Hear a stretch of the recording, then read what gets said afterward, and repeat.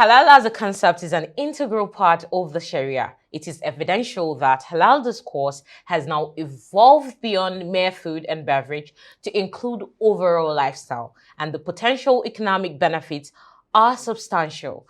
Hello and welcome to Islamic Finance Weekly. I am Rahma Sayyid Muhammad. On today's episode, we'll be discussing halal consumption in Nigeria and assessing consumer experience. Today on the show with me is none other than Nasir Muazza Adamu, the Executive Director, Policy and Governmental Affairs, Dar Al Halal. Assalamu alaikum, sir. Welcome on the show.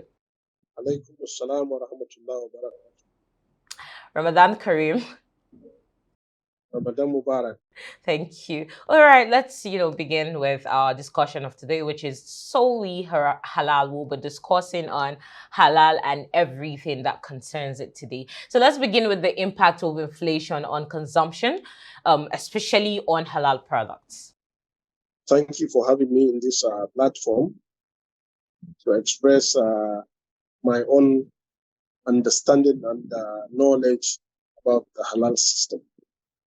Well, the impact of inflation on halal ecosystem is not different from the normal conventional global economic meltdown. It's a global thing, and it has to affect, just like what happened in COVID. It's what is now happening because it's a lot of problems in the Middle East, the Russian-Ukraine war. They are all affecting the trade and investment in halal as other sectors do. So it's not a different thing. And Nigeria is not an isolation. It's not an isolated case. However, I know with the efforts the current government is making, which is my personal opinion, I believe the path President Tinubu is taking is the only path that can take us to the promised land. Yes, people are suffering. Yes, purchasing power is down. Yes, people are not having what they used to have. However, I think this is as a result of our negligence for over 40, 50 years ago. Successive administration have been trying to see that they have focused the Nigerian economy to reflect the reality at a particular point in time. But for obvious reasons, people have been rejecting. But now I'm glad that President Bola Ahmed Tinubu is taking the bull by the horn. And I strongly believe this will take us to the promised land. To quote him precisely, there's light at the end of the tunnel. So that's much I can take on the impact of inflation on the economy. All right, thank you so much, sir, for that brief highlight. Now let's talk about the halal products and services that we have currently in Nigeria. I mean, I think Nigeria is now emerging in the halal services compared to the Middle East, like you've earlier mentioned. So what are the halal products and services we have in Nigeria, and what are the top 3 most scrutinized currently? Well, you see, Rama, we did a work. We did a report last year. We launched it in April here in Abuja. It encompasses virtually all that is halal. So the areas that it covers is agriculture, finance, lifestyle, travels and tour, fashion, healthcare, and a host of others. So halal is a complete lifestyle. It's a complete ecosystem. So these are the areas that, but the most important areas, or rather the ones that are focused more now, is finance and agriculture. Because of the government, the former government issued Sukuk, which was oversubscribed. That brought Nigeria to about the 7th position as a 2020 on the Halal Economic Financial Index globally. So that's giving a lot of awareness to people, and even not to only Muslims, or even to our non-Muslim brothers and sisters are coming to realize the fact that, yes, there is an alternative. There is another way for the Nigerian economy to grow. So I think these are the areas that I can list for now. All right, thank you so much for that. So I was wondering, what are the benefits industries and general public are getting from halal affiliation? I mean, consumption has gone beyond just food and the normal beverage to almost every aspect of the human endeavor, like you've rightly mentioned. So, what are those benefits people are getting from this?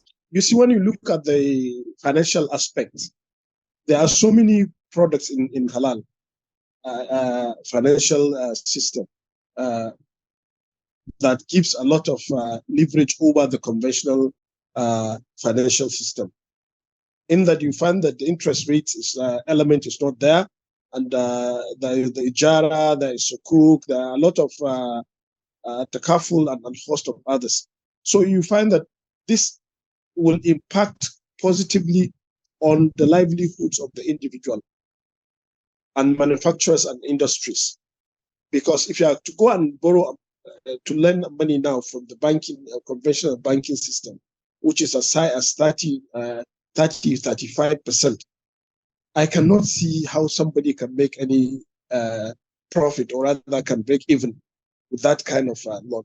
But in the halal economy aspect, in the way the financial system is structured, you find that the benefit is enormous, both to individuals and to organizations.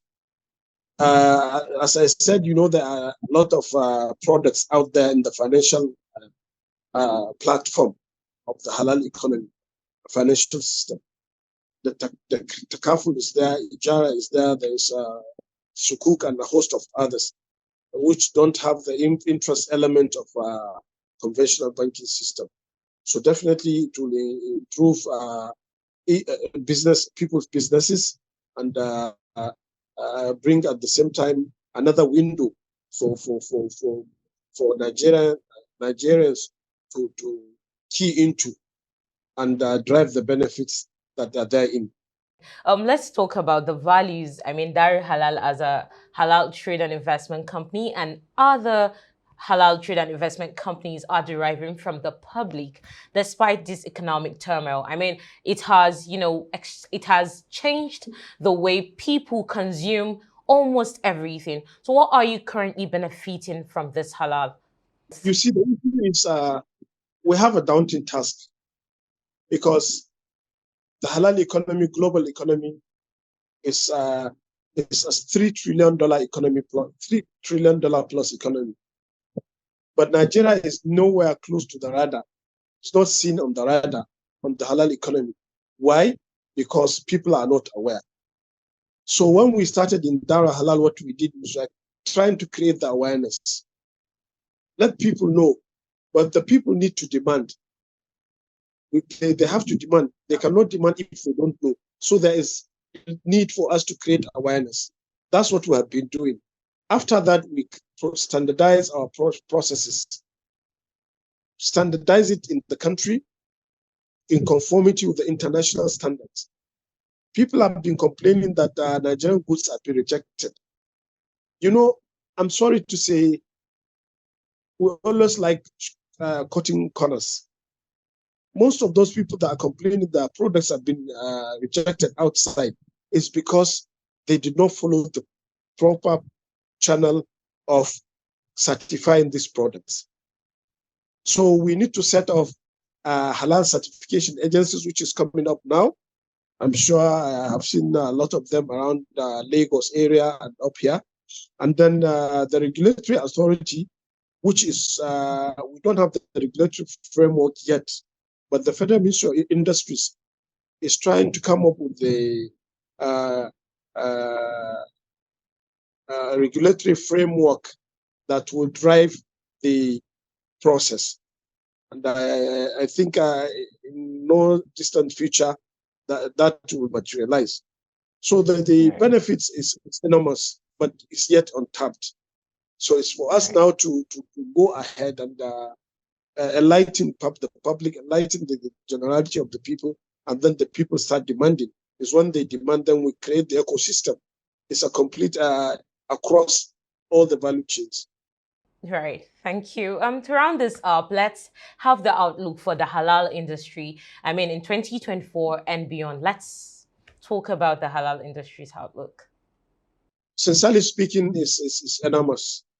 You cannot quantify it because it's just like what I used to say. It's just like you are playing those that play golf.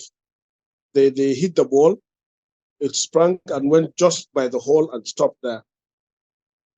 It cannot go in. It's just waiting for you to go and tap it inside. So that's what is happening. There is a lot of opportunity in Nigeria, untapped opportunity in Nigeria.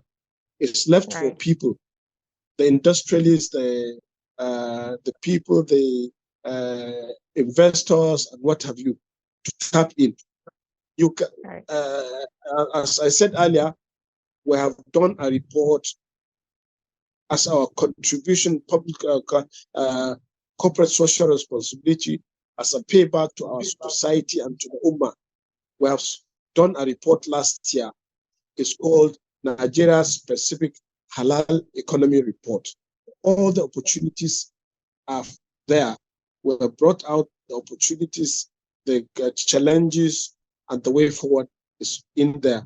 If anybody is interested, they can go daralhalal.com. That's our website. All right. Thank you so much, sir. Thank you for that insightful conversation. I mean, people usually segment halal to just consumption, to just food. I mean, well, we now know that halal has gone way beyond just food, but to every aspect of our day-to-day endeavors. So thank you so much, Nasir Maaz Adam. Sorry, what might interest you is this. Incidentally, Lagos is now ranked as Islamic fashion center of Africa.